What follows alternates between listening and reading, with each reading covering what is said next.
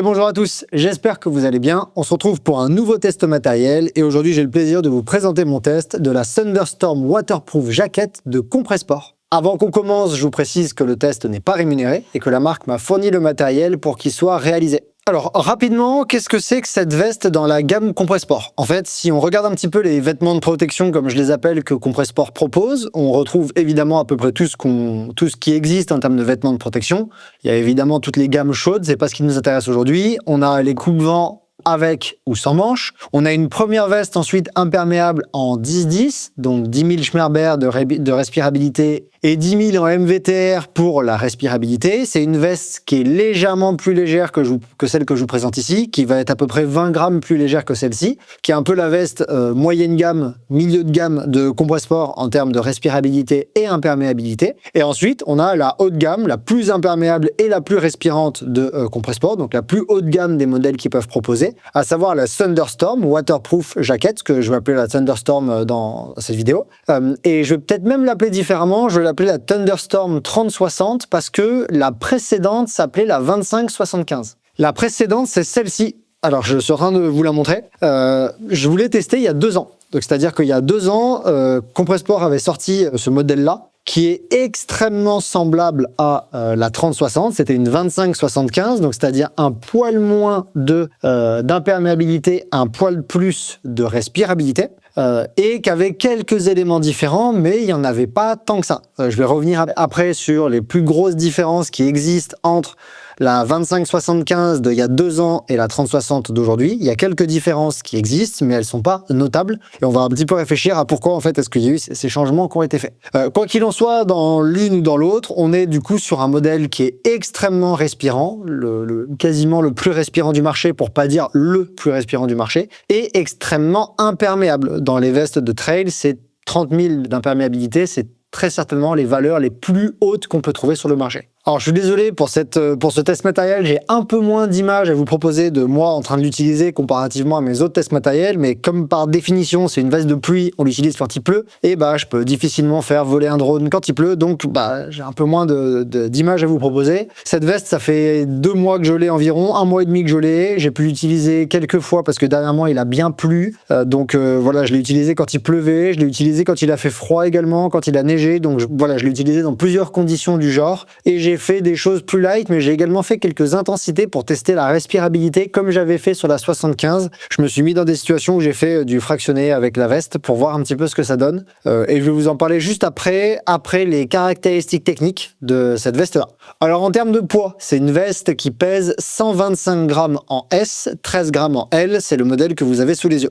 En termes d'imperméabilité, on est sur du 30 000 Schmerber, c'est-à-dire une des résistances à la pluie les plus hautes disponibles en trail. Elle va empêcher l'eau de pénétrer, même après plusieurs heures sous une pluie extrême. Et de plus, il faut noter que cette membrane imperméable, elle est associée à un traitement déperlant DWR qui est exempt de PFAS, les polluants éternels qui sont interdits depuis environ l'an dernier. En termes de respirabilité, on est sur du 60, donc 60 000 MVTR, c'est le taux de transmission de la vapeur d'eau, à quel point est-ce que la veste laisse passer de la vapeur d'eau, donc votre transpiration. Là aussi, c'est l'indice de respirabilité le plus haut disponible en trail et il permet à de grands volumes d'eau, de vapeur, de passer, donc à beaucoup de transpiration, d'être évacué. On a des coutures, comme vous le voyez là, à l'intérieur qui sont doublées, mais également à l'extérieur, qui sont doublées et étanches avec des bandes qui ont pour but d'assurer l'étanchéité de la veste. En termes de fermeture éclair, on est sur une fermeture éclair qui est intégrale, qui fait toute la veste et qui est auto-bloquante pour éviter qu'elle descende pendant qu'on a l'effort. On a bien la présence d'une capuche qui est ajustée, mais pas ajustable. C'est une capuche ajustée avec une bande élastique qui vient prendre tout le pourtour de la tête pour éviter que la capuche ne tombe, par exemple, s'il y a du vent de face. En termes de poche, il y en a une seule unique à l'avant qui est assez grande, donc sur le torse, qui est assez grande pour accueillir un téléphone, une paire de gants ou de la nourriture. Elle est quand même assez volumineuse, cette poche. En autre information que je trouve intéressante à noter, et je profite de cette image un petit peu zoomée pour vous le montrer,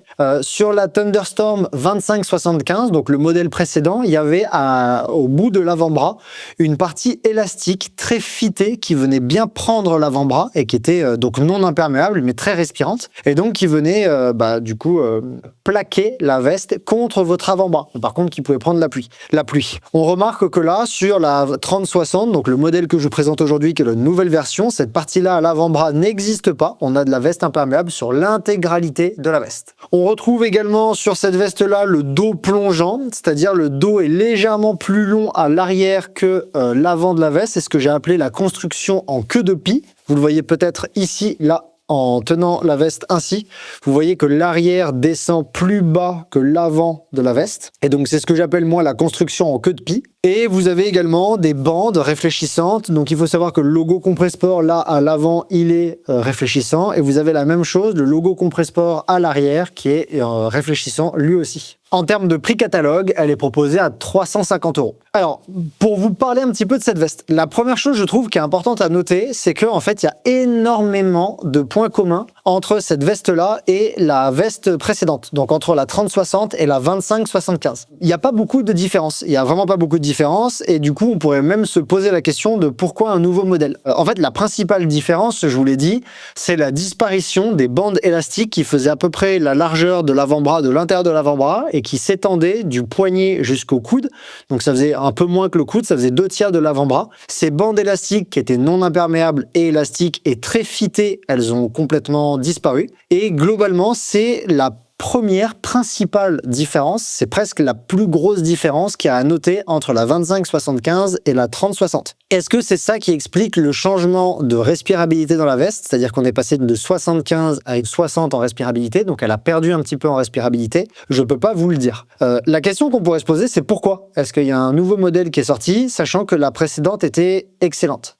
Et j'ai pas la réponse à ça. Une hypothèse que j'ai, je peux pas être sûr du tout, c'est est-ce que, vous l'avez certainement entendu, je vous l'ai dit, il y a les polluants éternels, les PFAS qui sont désormais interdits. Les PFAS, ils étaient utilisés pour les traitements déperlants sur plein de modèles, que ce soit la veste Compressport, sur des vestes Salomon également, sur des vestes Gore-Tex, bref, sur énormément de modèles de vestes imperméables, il y a des traitements déperlants qui étaient utilisés, qui sont encore utilisés, mais qui étaient utilisés avec les PFAS, les polluants éternels. Ils ont été interdits depuis. Le modèle précédent a 2 ans, celui-ci vient de sortir. Est-ce que c'est parce que, du coup, l'ancien modèle ne respecte plus la législation là-dessus et que maintenant le nouveau modèle a été développé pour répondre à ça? Peut-être. La deuxième hypothèse, c'est justement, je pense que j'ai pas été le seul à dire que ces bandes élastiques à l'intérieur de l'avant-bras, là, elles étaient un peu bizarres. Et c'était très très fité également. Et par exemple, ça faisait que si on avait des vêtements un petit peu larges, un peu chauds, c'était compliqué à enfiler. Et donc, je pense que j'ai pas été le seul à dire que c'était un peu dommage et que ça pouvait être intéressant une veste un peu plus ample en termes de fit. Et j'en reparle dans 2 secondes. Du coup, peut-être que c'est pour ça que cette veste a été développée. En tout cas, je sais pas. Quoi qu'il en soit, il y a beaucoup de points communs entre les deux. Simplement, celle-ci, elle est un peu plus imperméable et un peu moins respirante que l'ancienne. Si je vous parle un petit peu de mon expérience et de ce que je pense de mon test de cette veste-là. En fait, elle est excellente. Et c'est pas surprenant qu'elle soit excellente parce que je vous l'avais déjà dit dans la vidéo il y a 2 ans sur la Thunderstorm 25-75, donc le modèle précédent. Pour moi, c'était la meilleure du marché. Il y avait quand même ses petits défauts. Je trouvais dommage justement les bandes avant et le fit extrêmement serré, très ajusté, on va dire. Mais c'était quand même une des meilleures du marché, voire la meilleure du marché. Et du coup, que la version 2 de celle-ci soit toujours aussi excellente, ça surprend pas puisque on est toujours sur quelque chose d'aussi réussi avec peut-être éventuellement juste 1 ou 2 améliorations ou 1 ou 2 changements. Le premier changement que moi je trouve vraiment, donc ce changement au niveau de l'avant-bras, je le trouve super cool. Je trouve ça bien d'avoir enlevé ces bandes élastiques qui faisaient que la veste était très fitée. Justement, ça pouvait être des fois un peu embêtant avec la montre à bien passer. Si vous aviez une veste un petit peu chaude en dessous parce que vous couriez en hiver ou que vous courez à un endroit où vous passez un col, il fait super froid, vous mettez une deuxième couche un petit peu chaude, un petit peu épaisse. C'était un peu compliqué, un peu inconfortable. La veste, elle serrait un petit peu. Ça a été changé et je suis super content. La nouvelle coupe, moi je la trouve en tout cas plus large en L. Je trouve que la veste, elle a gagné un petit peu en largeur, en confort. Et donc, j'ai pu la porter avec typiquement le pull que j'utilise encore après 2 ans. La deuxième couche chaude que j'utilise encore après 2 ans dessous quand il fait froid. Et typiquement, j'avais pas cette sensation un petit peu d'être un peu comprimé au niveau des épaules. On a gagné en taille, on a gagné en largeur. Et donc, c'est plus agréable, c'est plus confortable. Donc, je trouve que cette nouvelle coupe, elle est vraiment super adaptée. Que la disparition des bandes élastiques à l'avant-bras et que la nouvelle coupe, c'est super adapté. Et ça améliore avoir encore un produit qui était déjà exceptionnel. Deuxièmement, je la trouve, bon, alors en termes d'imperméabilité, il n'y a rien à dire, hein, c'est-à-dire que c'est à 25 000, c'est déjà stratosphérique, à 30 000, c'est encore plus stratosphérique, et moi je suis incapable de vous dire que je perçois la différence entre 25 000 et 30 000, évidemment, même entre 20 000 et 30 000, je pense que c'est compliqué à percevoir, mais comme on l'avait dit dans un épisode du podcast qui est sorti il n'y a pas longtemps, l'imperméabilité, elle est mise à mal avec la durée d'un effort. Au plus longtemps une veste est exposée à de la pluie, même fine, au plus vous augmentez les chances qu'il y ait de l'eau qui passe à un moment quelque part. Et donc, je pense que de toute façon, avoir des niveaux comme des 25 000, 30 000 d'imperméabilité, c'est extraordinaire, surtout si vous faites du long et de l'ultra. Donc, super que cette veste-là, elle monte jusqu'à 30 000. Mais moi, ce qui m'avait vraiment toujours impressionné sur la Thunderstorm, la 25-75 et également celle-ci, parce que j'ai pas perçu de différence, c'est la respirabilité générale de la veste. Je trouve vraiment que de manière globale, quand on met une veste comme ça et qu'on fait un effort sportif, on est très vite confronté à un problème. Très rapidement, on peut avoir cet effet qu'on connaît tous, qui est l'effet cocotte minute, là où on a super chaud. On a l'impression de bouillonner, il fait trop chaud, on a besoin d'ouvrir la veste alors qu'il pleut, donc on est dans ce dilemme-là. Et j'avais déjà dit ça avec la 25-75, j'avais pu faire du fractionné avec, sous la pluie, quand il faisait froid évidemment, et j'avais pas besoin d'enlever la veste, elle était ultra respirante. Et j'ai retrouvé, sans surprise, mais j'avais quand même un peu peur avec la diminution de 15 000 en MVTR. J'ai retrouvé exactement les mêmes sensations avec cette veste-là, c'est-à-dire que jamais de la vie j'ai cette sensation cocotte minute, jamais de la vie j'ai cette sensation d'étouffer à l'intérieur de ma veste, et au contraire, je trouve que vraiment on ressent directement que c'est une veste qui a beaucoup de respirabilité, et on n'a pas de sensation d'inconfort parce qu'on l'utilise alors qu'on fait un effort, alors qu'on a des vêtements chauds éventuellement en dessous. Évidemment, des fois il faut un peu ouvrir pour un petit peu ventiler, mais de manière générale, je trouve que cette sensation cocotte minute, cette sensation d'étouffement qu'on peut avoir avec d'autres vestes du marché, on la retrouve pas du tout. Et la respirabilité de cette veste, elle est exceptionnelle. C'est vraiment pour moi le truc le plus incroyable dessus. Je suis vraiment bluffé par cette respirabilité que pour l'instant, aujourd'hui, dans les tests que j'ai réalisés, j'ai jamais rencontré ce niveau de respirabilité sur une autre veste. Un autre point que j'ai oublié de vous dire par rapport à la nouvelle coupe, c'est que du coup, je trouve que c'était pas possible avant, mais maintenant, comme c'est plus ample, on peut mettre le sac facilement en dessous de la veste. Alors, il y a tout un débat, c'est-à-dire que vous trouverez des gens qui aiment le faire et des personnes qui aiment pas le faire. Moi, je suis plutôt de ceux qui n'aime pas le faire. Si je mets ma veste imperméable, je la mets plutôt dessous le sac et le sac par-dessus. Mais il y a des personnes qui apprécient ou qui ont besoin dans des conditions particulières. Typiquement sur la Saint-Élion, on a envie de garder les flasques protégées du vent pour pas que l'eau gèle dedans. Et donc, typiquement, il y a des personnes qui préfèrent mettre la veste par-dessus le sac. Et avec l'ancien modèle, c'était quand même vraiment compliqué. Avec celle-ci, c'est beaucoup plus possible. Alors, pourquoi pas prendre une taille au-dessus si jamais vous voulez vraiment avoir de la largeur. C'est possible. Moi, c'est ce que j'ai fait. Je suis à la frontière entre le M et le L, je pourrais être très bien dans un M, j'ai pris un L, donc à la limite vous pouvez faire peut-être la même chose, mais du coup cette nouvelle coupe, elle permet plus facilement, beaucoup plus facilement je trouve, de porter le sac éventuellement par-dessus, de porter le sac dessous la veste imperméable, et donc ça va plaire à certaines personnes qui préfèrent vraiment ça. Si jamais vous portez vraiment le sac tout le temps par-dessus comme moi, vous pouvez éventuellement aller sur une veste pile poil dans votre taille, et si jamais vous voulez être sûr, vous pouvez prendre éventuellement pourquoi pas une taille au-dessus. Moi en tout cas c'est ce que j'ai fait, j'ai pris une taille au-dessus parce que de toute façon la différence elle est pas stratosphérique entre les deux, et je préfère avoir cette option au cas où un jour j'en ai besoin. À part ça, j'ai pas grand chose à vous dire sur cette veste là. Pour moi c'est vraiment la meilleure du marché aujourd'hui. J'ai aucune veste que j'ai pu tester n'arrive au niveau, à la qualité, en termes de respirabilité et d'imperméabilité de la Thunderstorm de Compressport. Donc j'ai tout dit. Dans la catégorie trail, et ça c'est quelque chose peut-être que je vais dire pour terminer cette vidéo, il faut bien regarder, quand des fois on me pose des questions sur les vestes, etc., il faut bien regarder que ce soit des vestes de catégorie trail, parce que parfois on peut voir passer par exemple des pubs, des modèles d'autres marques concurrentes, peu importe quelles sont les marques, qui par exemple présentent des modèles qui ont plus d'imperméabilité et plus de respirabilité. J'ai vu passer par exemple il n'y a pas longtemps une 20-80, donc 80 c'est au-dessus de 60, c'est 20 000 de plus. Ok, super, c'est ultra respirant, mais en fait quand on regarde le poids de la veste, on n'est pas sur 120 grammes. Et du coup, on était sur 300 grammes. Et du coup, 120 grammes et 300 grammes sur une veste de pluie, c'est drastiquement différent. On est plus, avec une veste de 300 grammes, dans la catégorie des vestes de randonnée, voire à la frontière avec les vestes d'Alpi, qui vont chercher dans les 400, 450, 500 grammes, avec effectivement des niveaux d'imperméabilité stratosphérique, des niveaux de respirabilité stratosphérique. Mais on n'est pas du tout sur les mêmes poids, on n'est pas sur les mêmes capacités de rangement, et donc forcément, c'est difficile de comparer. Donc je pense qu'il faut aussi tout remettre dans le contexte. C'est une veste de 120 grammes, ok, et quand vous la repliez sur elle-même, quand vous la roulez rouler par exemple comme je suis en train de le faire là, c'est une veste qui fait la taille d'une flasque, hein. C'est-à-dire c'est une veste qui fait rien du tout. Si votre veste elle fait 300 grammes par exemple ou 400 grammes, elle a beau avoir des niveaux d'imperméabilité et de respirabilité stratosphérique, et ben en fait vous êtes sur une veste qui va être difficile à ranger, à compresser, qui est lourde, qui fait le double, plus du double du poids. Et pour moi, c'est plus dans la catégorie rando que dans la catégorie trail. Et il va falloir y penser quand vous voudrez la ranger dans votre sac ou dans votre ceinture à la veste. D'ailleurs, ça me permet de dire un truc que j'ai oublié de vous dire dans la vidéo, mais je reviens dessus. C'est peut-être le seul défaut de cette veste-là, si on peut appeler ça un défaut, parce que personnellement, ça me gêne pas, mais je sais qu'il y a des gens qui apprécient ça.